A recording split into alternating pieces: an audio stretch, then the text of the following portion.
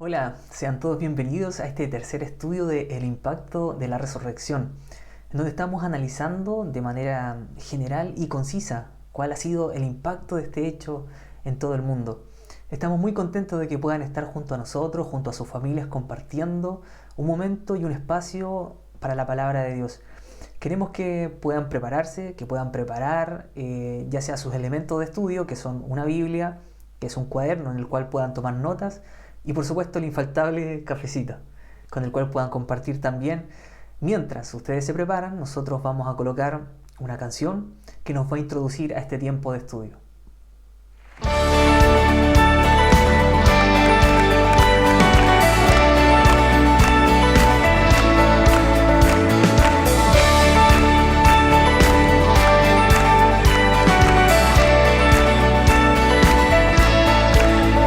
Las cadenas de la muerte me quitó. Para mí ya no hay condenación, hay libertad.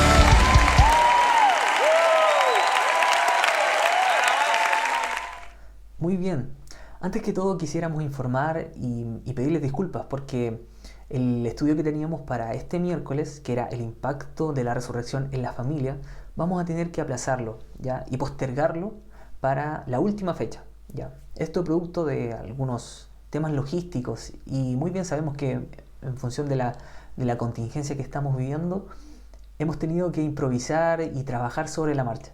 Así que les pedimos disculpas y este miércoles vamos a trabajar sobre el tema el impacto de la resurrección en las personas. Un tema muy interesante y que queremos compartir con cada uno de ustedes. Recordemos que en los estudios anteriores hemos estado viendo o ya hemos visto dos temas, que ha sido el impacto que ha tenido la resurrección o que tuvo o que sigue teniendo la resurrección en la iglesia y así también en Semana Santa. Y para este miércoles el tema es distinto porque aborda el tema de las personas en general. Hablamos de personas de cualquier religión, hablamos de personas de cualquier sexo, de cualquier ideología, de todo, ya todo tipo de personas. A modo de introducción quisiera citar un artículo que se publicó en una revista evangélica que se titula Tumbas famosas y hace referencia a 1 Corintios 15-20.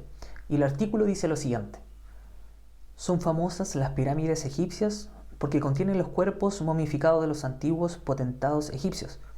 La abadía de Westminster, en la ciudad de Londres, Inglaterra, es renombrada porque en ella descansan los restos de los nobles y notabilidades inglesas. El cementerio de Arlington, en la ciudad de Washington, Distrito de Columbia, Estados Unidos, es reverenciado porque es el honroso lugar donde descansan los restos de muchos americanos prominentes. Sin embargo, entre la tumba de Cristo y estos lugares que se acaban de mencionar, existe una diferencia tan grande como la que existe entre la noche y el día. Estos lugares son famosos y atraen visitantes de cerca y de lejos por lo que contienen, mientras que la tumba de Cristo es famosa por lo que no contiene. Claramente esa tumba es famosa por la persona de Jesucristo, porque Él se levantó de los muertos y Él vive. Pero alguien puede decir, ¿qué pruebas hay de que Él realmente ha resucitado? Y la verdad es que nosotros como cristianos o como creyentes nunca fuimos primero a las pruebas para poder decir, ahora sí voy a ser cristiano, ahora que me convencí de que Él realmente ha resucitado, lo voy a aceptar. Al contrario, la palabra dice de que nosotros, por el oír la palabra de Dios, por el oír y escuchar acerca de Él, nosotros creímos en nuestro corazón y le aceptamos. Pero sin duda hay muchas pruebas que corroboran y que afirman y que establecen que el hecho de la resurrección es un hecho totalmente válido.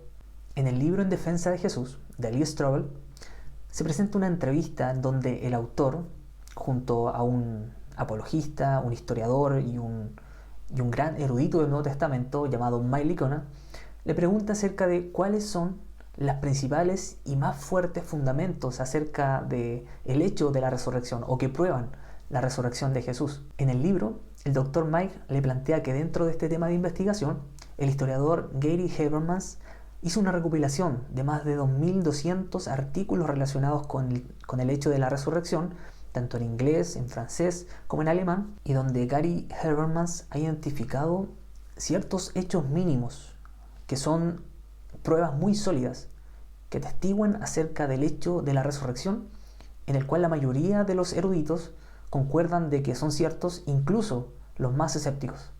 Estos hechos mínimos considerados por este historiador son 5, y para nuestra sorpresa, esos 5 son extraídos de nuestro texto de estudio, de nuestra Biblia. El primero de ellos es que Jesús fue ejecutado por medio de la crucifixión. El segundo, que los discípulos de Jesús creyeron que éste resucitó y se les apareció. Tercero, la conversión de Pablo, perseguidor de la iglesia. Cuarto, la conversión del escéptico Santiago, hermano de Jesús. Y quinto, el sepulcro de Jesús vacío. Cada uno de estos hechos, que pertenecen a nuestro texto de estudio, que pertenecen a la Biblia, corresponden a hechos relevantes, a fuentes relevantes, para que los historiadores puedan ir y estudiar la historia. Entonces la pregunta frente a estos 5 hechos es la siguiente. Por ejemplo, si nosotros tenemos un rompecabezas y tenemos solamente 5 piezas, la pregunta es, si yo colocando estas piezas en el lugar donde corresponden, Es posible a través de ellas tener un panorama general de todo nuestro dibujo, de todo nuestro rompecabezas. De la misma manera, con estos 5 hechos mínimos, la pregunta ¿es posible llegar a la conclusión de que realmente ocurrió la resurrección de Jesucristo? Y la respuesta que ellos dan es que claramente con estos 5 hechos es posible llegar a la conclusión de que realmente ocurrió la resurrección de Jesús. Con estos 5 hechos mínimos es posible aventajar a cualquier otra postura que se pueda presentar y que ninguna otra explicación encaja armoniosamente con los hechos aquí planteados.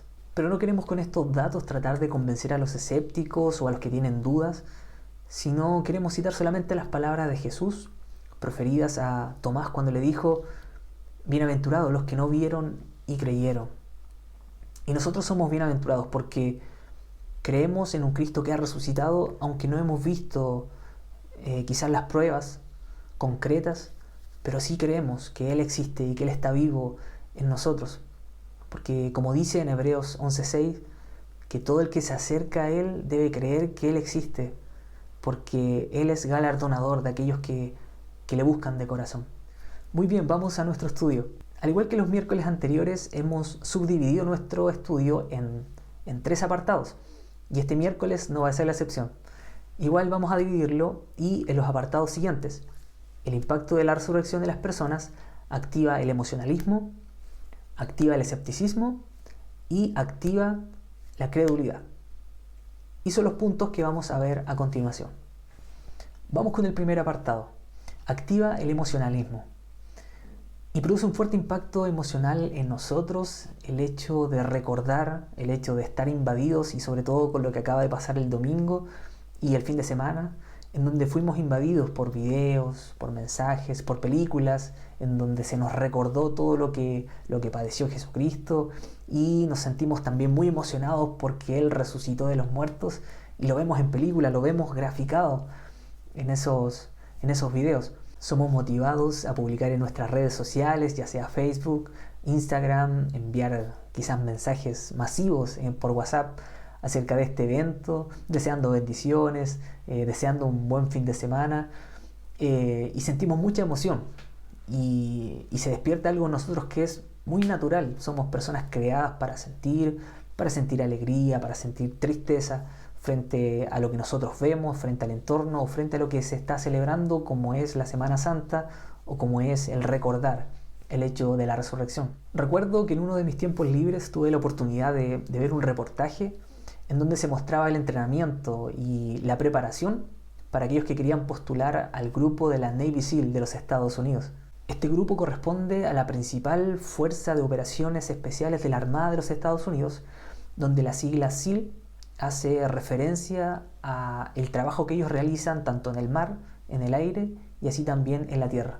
Entonces, en este entrenamiento previo se podía ver cómo muchos de ellos en distintos días iban desertando e iban abandonando el grupo porque se daban cuenta que, y decían ellos, que en realidad no era lo que ellos pensaban, o en realidad no tenían las capacidades para estar en ese lugar, o que simplemente les había gustado o ilusionaron o imaginaron el momento en que los llamarían que pertenecían al grupo de la Navy SEAL de los Estados Unidos. Pero más que emociones, más que el desear las cosas, ellos necesitaban una fuerte convicción, y era lo que decían los instructores, de que los que permanecían hasta el final eran aquellos que no podían imaginarse la vida sin ser parte de ese grupo selecto de los Estados Unidos. Esto también pasa con las carreras universitarias. Muchos jóvenes sueñan con algún día quizás llamarse un arquitecto, ingeniero, un médico en general, pero de ahí al hecho, ¿no es cierto?, de llegar a hacerlo, hay que pasar varios años estudiando, hay que sacrificarse mucho, hay que dedicar gran parte de la vida para poder llegar y obtener ese título. Y a modo de ejemplo bíblico tenemos el caso de dos mujeres que presenta el Evangelio de Mateo, que ellas van al sepulcro de su maestro, aquella persona que habían seguido, que habían escuchado sus enseñanzas, que habían visto sus milagros, y que lastimosamente para el judío de ese tiempo, incluso para sus discípulos, su maestro había terminado en la cruz, crucificado, una muerte no digna, al contrario, era una muerte realmente vergonzosa. y sobre todo para aquellos que habían seguido al Maestro. No era algo fácil seguir a Jesús luego o aceptar sus enseñanzas incluso luego de él fallecido. Y estas mujeres, a pesar de lo que habían vivido, a pesar del hecho de la crucifixión de su Maestro, y a pesar de haber pasado muchos años viviendo con Jesús, escuchando sus enseñanzas, siguiéndole, siendo discípulos de Él, viendo sus milagros, viendo cómo Él resucitó incluso a Lázaro, viendo cómo y escuchando como Él dijo en algún momento, yo soy la resurrección y la vida, y ver a su Maestro crucificado y luego puesto en un sepulcro. Pero aún así nos impresiona la fidelidad de estas mujeres, de dos mujeres, que a pesar de todo lo que habían vivido, ellas fueron fieles hasta el final. Y ellas fueron al sepulcro de Jesús, fueron a preparar su cuerpo. Claramente ellas no pensaban en encontrarse con este hecho maravilloso de la resurrección. Podemos ver incluso a sus discípulos temerosos, escondidos e incrédulos por lo que estas mujeres más tarde le comentan y le dicen de que el Maestro ha resucitado. Pero nos impresiona la fidelidad de las mujeres y es lo que queremos apuntar en este punto. Todo el hecho de la resurrección, el hecho de leerlo, estudiarlo, nos activa nuestras emociones. Pero el Evangelio es mucho más que eso. Ya sea que tengamos problemas o no, ya sea que tengamos abundancia o no. Como decía el apóstol Pablo, en todo estoy acostumbrado a vivir. Ya sea que tenga abundancia o no, ya sea que esté en persecuciones o no. Y ahí da un listado grande de todo lo que él había pasado. Y él, al final, el versículo clave de ese pasaje, que es Filipenses 4:13, que dice, todo lo puedo en Cristo que me fortalece. ¿Cuál es nuestro compromiso frente a este hecho de la resurrección? ¿Solamente somos motivados emocionalmente cuando escuchamos hablar del tema, cuando vemos alguna película, cuando alguien nos llama la atención acerca de este tema? ¿Cómo es la manera en la cual nosotros abordamos el hecho de que Jesús vive, de que Él ha resucitado? Esto realmente nos provoca a nosotros emociones, solamente emociones, alegrías y nada más, o realmente nos motiva y nos lleva a un compromiso completo con el Maestro. Es la pregunta que les quiero generar y que también nos hace a cada uno de nosotros el hecho de que la resurrección activa nuestras emociones y es algo totalmente normal en nosotros como seres humanos, pero Dios quiere algo más. Dios quiere una entrega completa y una entrega real de cada uno de nosotros para su persona. Vamos al segundo punto, y el segundo es que el impacto de la resurrección activa el escepticismo, es decir, que activa la incredulidad o el hecho de no creer o el hecho de dudar de todo este acontecimiento histórico. La gente en sí, en general, es muy escéptica frente a muchas cosas, pero cuando se le aparece la palabra resurrección, ya para ellos y para la gran mayoría realmente lo encuentran una total locura. En la Biblia tenemos un ejemplo, y no es de una persona que estuvo alejada del escenario bíblico o de todo lo que pasó en Judea. No, tenemos el caso de una persona muy cercana, es del discípulo de Jesús, de Tomás. Y él en algún momento dijo, si yo no toco, si no meto mi dedo, ¿no es cierto?, en las heridas de sus manos y de su costado, yo no voy a creer. Y pasó que Jesús progresivamente se fue, como comentan los evangelistas, se fue mostrando a sus discípulos. Primero a algunas mujeres que fueron al sepulcro, luego a Juan y a Pedro, y después más tarde se apareció a los 10 discípulos.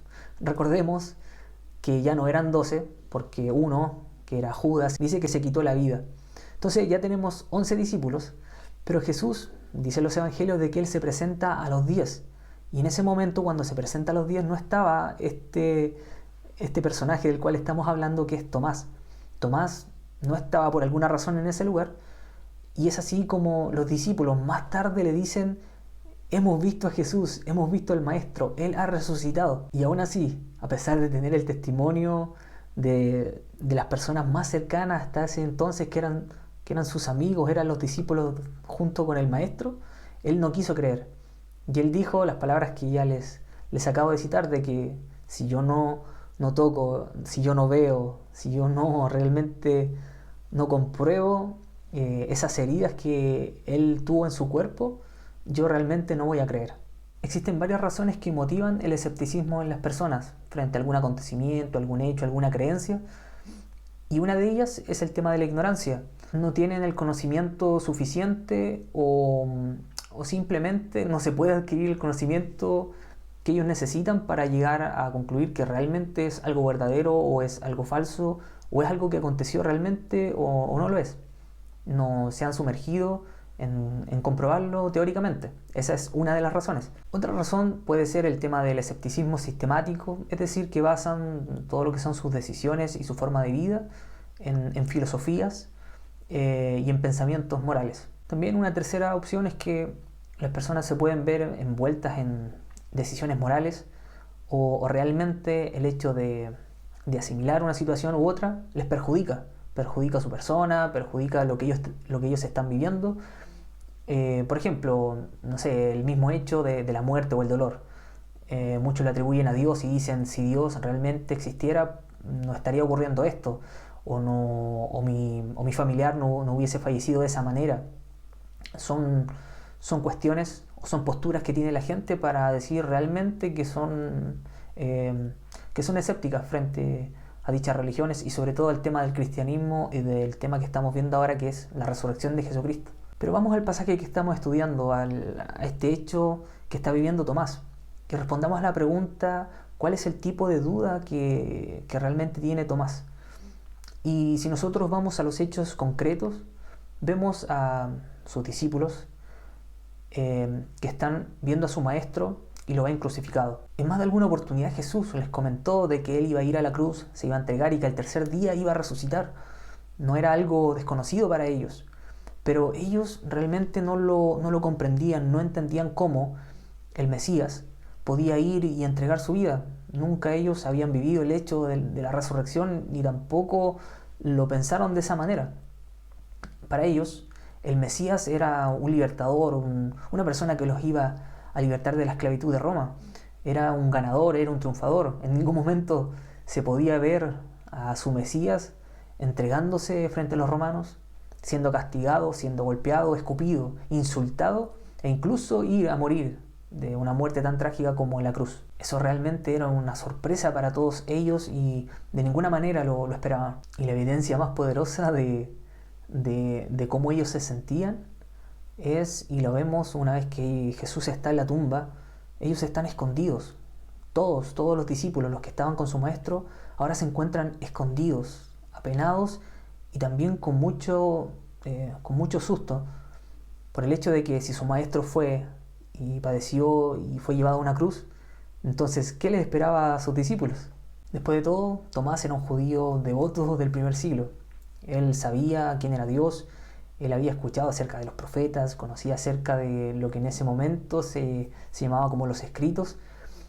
No era una persona que iba a negar acerca de esto.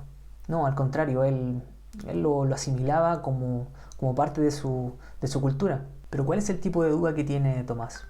Y aquí vemos a una persona que tiene realmente un escepticismo bajo una desilusión muy profunda y que no quiere aceptarlo bajo ningún motivo porque no quiere pasar por lo mismo.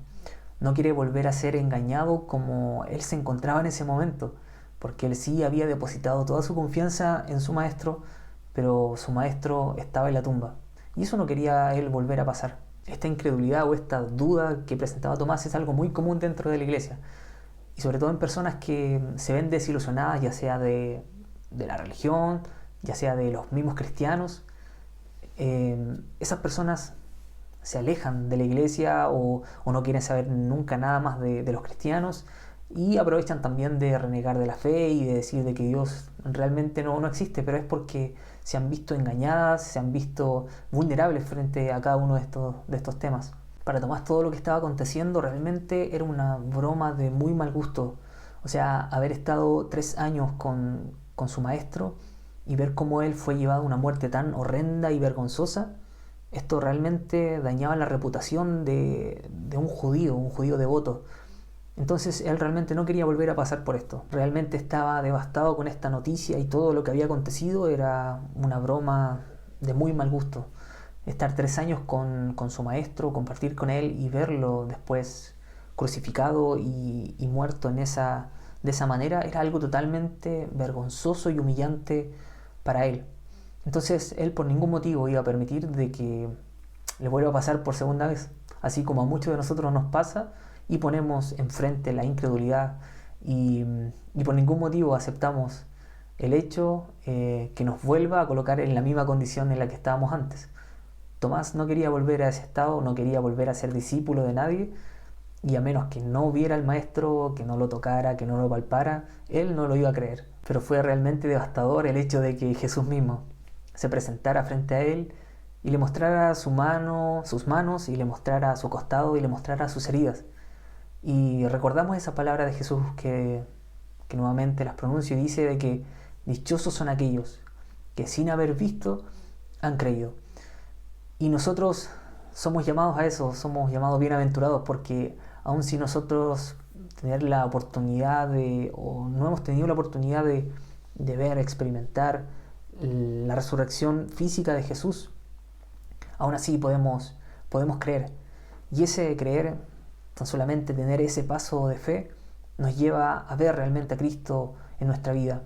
Podemos ver espiritualmente a Cristo resucitado en cada uno de nosotros. ¿No serán este tipo de situaciones las que te motivan a ser también una persona escéptica o incrédula frente al tema del Evangelio o al tema de Cristo, al tema de que Él existe, de que Él ha resucitado? Pero Dios quiere que frente a estas situaciones nosotros tomemos un paso de fe, que nosotros vayamos frente a Él y creamos que Él existe, como dice, y vuelvo a repetir el pasaje de Hebreos 11:6, de que cuando vayamos frente a Él creamos que Él realmente existe y que Él es galardonador, que Él recompensa a aquellos que le buscan. Y este punto inevitablemente nos obliga a ir al tercer inciso que vamos a ver en esta tarde, y es que el impacto de la resurrección activa nuestra credulidad, activa nuestra fe, activa el hecho de creer que Él realmente ha resucitado.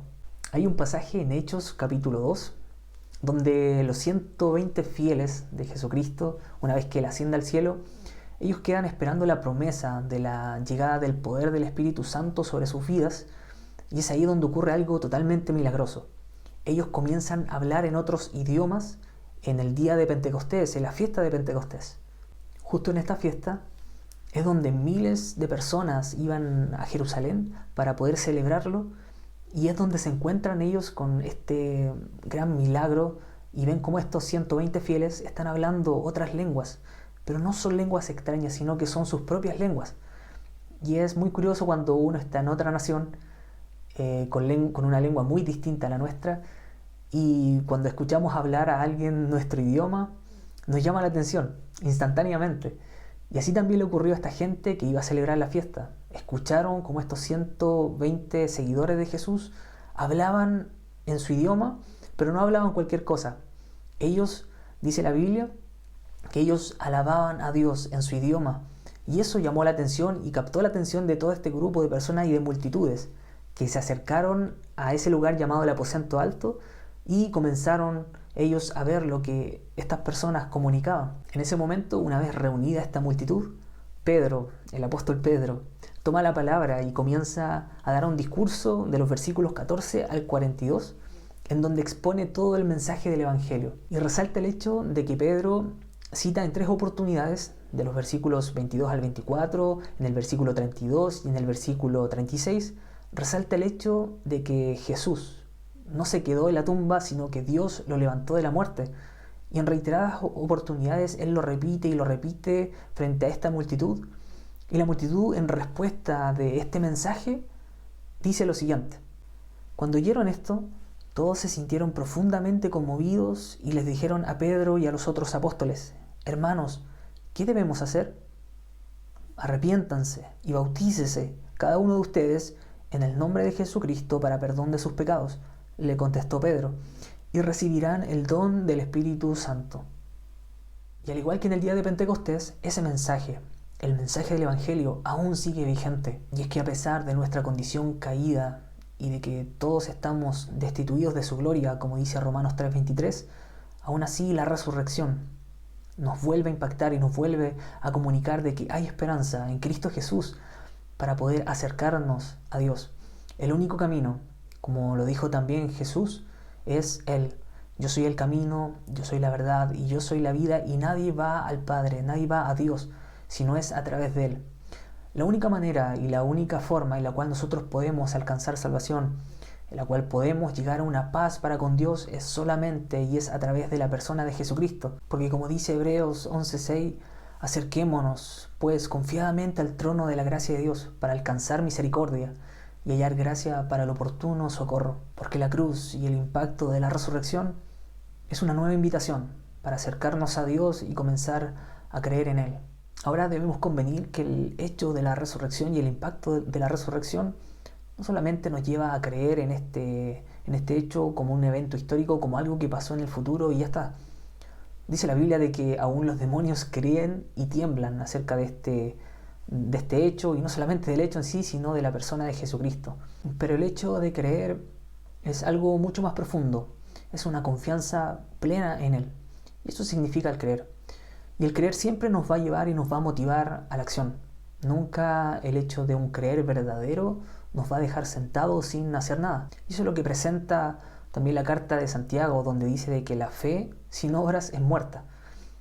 Lo que quiere decir es que si nosotros decimos creer realmente, en realidad eso se va a demostrar con nuestras acciones.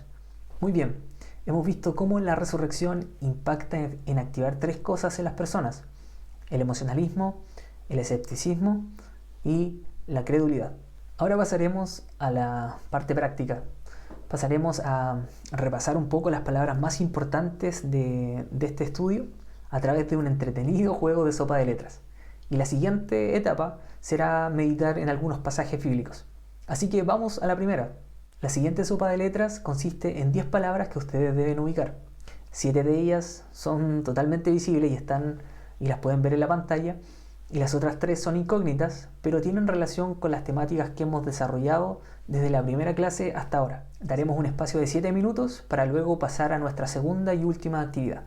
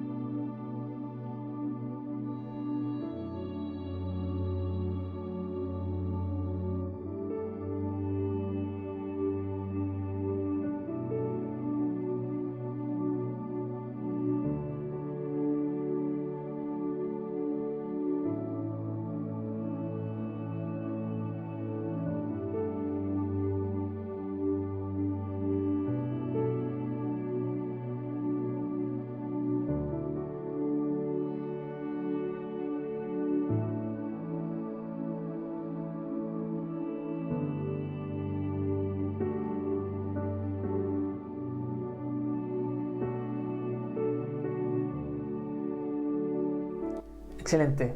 Una vez que se ha cumplido el tiempo, a continuación presentamos la solución de la sopa de letras.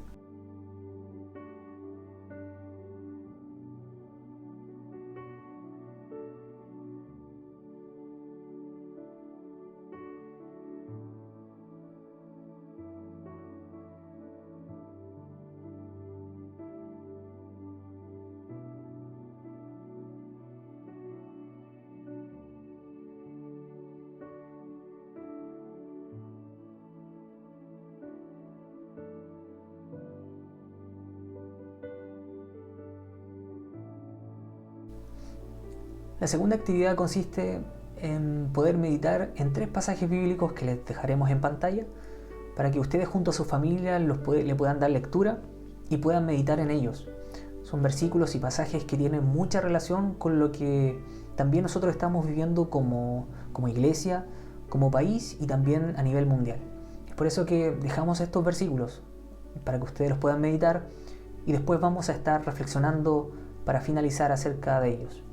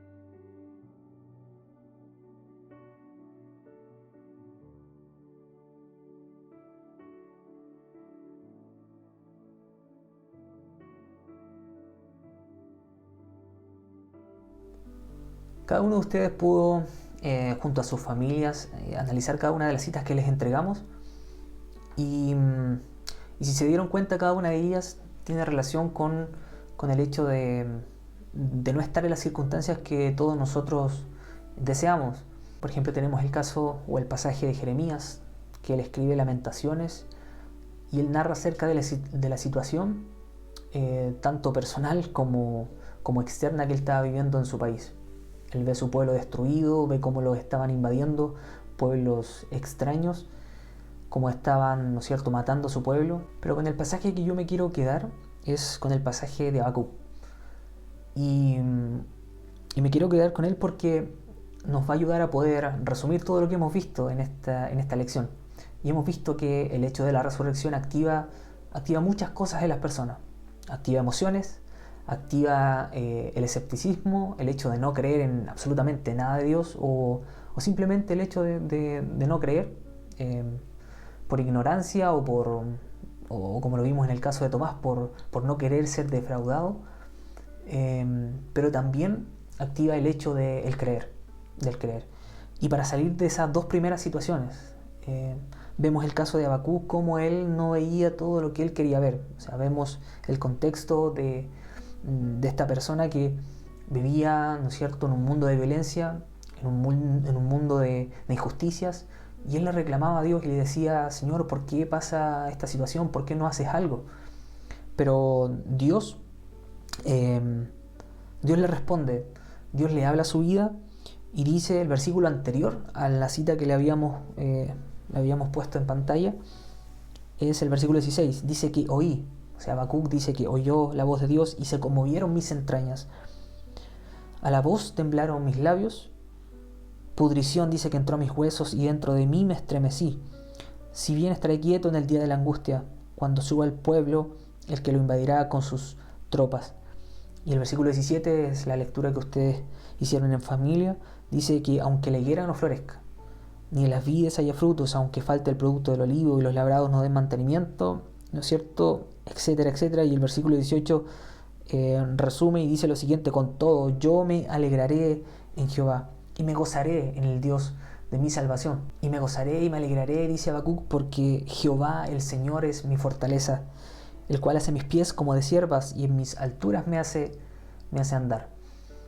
Y yo no sé si tú estás dispuesto a tomar esta decisión, así como Habacuc, que a pesar de que no veamos lo que nosotros queremos ver, que a pesar que no estemos en las condiciones en las cuales nosotros queremos estar, pero a pesar de todo eso, confiar en que Dios es soberano y que Él tiene el control de absolutamente todo, y que eso nos debe llevar a la tranquilidad, que eso nos debe llevar, así como decía el pasaje también de Jeremías, a esperar en silencio en Él, a esperar que Él haga su voluntad y que Él haga todo lo que tenga que hacer en medio de lo que estamos viviendo como país y sociedad. Es por eso que yo les invito, y este estudio también nos invita, a que nosotros podamos confiar en Dios y poder alabar a Dios en medio de toda circunstancia, en medio de muerte. Hay mucha gente que está sufriendo, hay mucha gente que está muy preocupada por el tema laboral, hay mucha gente que está preocupada por el hecho de contaminarse con este virus. Hay una preocupación en muchas cosas, pero frente a cualquier cosa, seamos como Habacuc, tomemos la decisión de alabar a Dios, tomemos la decisión de confiar en Dios, tomemos la decisión de creer en Él, de creer que Él tiene el control de todas las cosas, y eso nos va a tener y nos va a llamar a la calma. Y eso realmente va a calmar nuestro corazón y nuestra ansiedad. El hecho de la resurrección de Jesús es algo impactante y algo totalmente motivador para nosotros en este tiempo, porque nos recuerda una y otra vez de que no estamos solos, que no estamos a la deriva, sino de que Jesucristo, quien ha resucitado de los muertos, Él vive y que Él tiene el control de todas las cosas. Amén. ¿Qué les parece si inclinan su rostro y oramos a Dios, pidiendo su bendición por este estudio? Señor, gracias. Gracias, Dios, por la oportunidad de poder estar en nuestros hogares y poder abrir la Biblia y poder estudiarla, poder estudiar acerca de tu persona y poder recordar también nuevamente, Señor, un miércoles más, de que tú has resucitado y de que tú vives, Señor, en nuestros corazones. Queremos, Señor, queremos pedirte, Dios, por todo lo que está aconteciendo a nivel mundial. Y estos pasajes que acabamos de estudiar, Señor, nos recuerdan y nos ayudan, Dios mío, a confiar en ti, Señor. A confiar en que tú eres un Dios soberano y que tú tienes un control absoluto de todas las cosas. Dios mío, te pedimos por la gente que está sufriendo, por la gente que está sufriendo los embates, Dios, de este virus, aquellos que están, Señor, sufriendo la pérdida de algún ser querido, aquellos, Dios mío, que están sufriendo la cesantía, Dios mío, aquellos que están sufriendo incluso la preocupación, Dios mío. Te pedimos por cada uno de ellos. Te pedimos, Dios, que a nosotros como pueblo tuyo, Señor, nos permitas vivir a la altura de lo que tú demandas de cada uno de nosotros. Te queremos pedir, Señor, que nos puedas abrir nuestros ojos y oídos espirituales para estar atentos, Señor, a lo que tú nos quieras hablar a través de todo lo que está aconteciendo. Queremos, Dios mío, seguirte a ti en cada una de las cosas que nosotros podamos hacer, Dios. Y ayúdanos, Señor, en cada uno de los procesos que tú estás trabajando en nuestro corazón también. Gracias, Dios mío, por todo. Te lo pedimos todo esto en el nombre de Jesús. Amén y amén.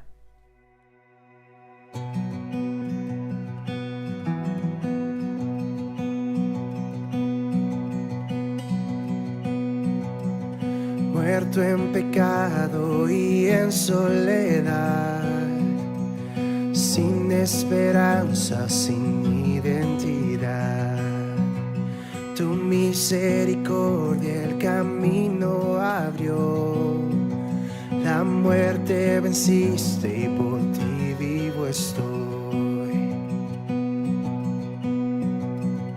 Huérfano fui, ahora tu hijo soy.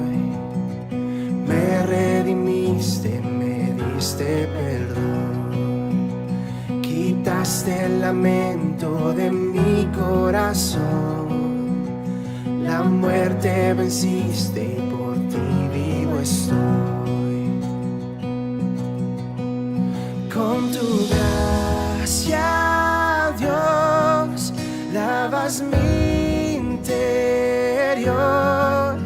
Nueva vida y libertad hoy tengo en ti.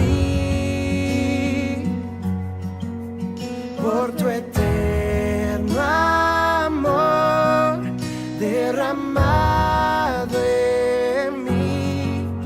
Nueva vida y libertad hoy tengo en ti.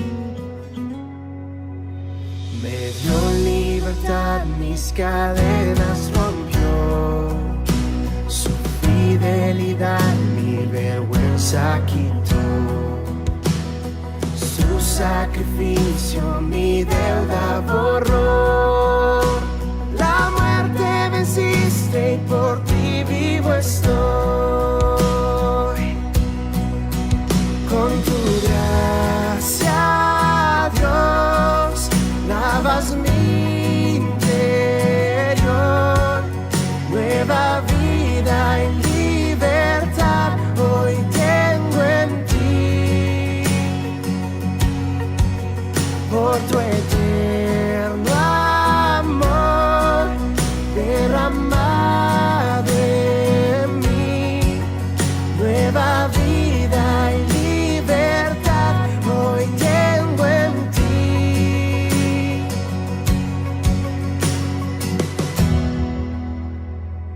El Salvador fue colgado en la cruz. Sombra y tinieblas cubrieron su luz.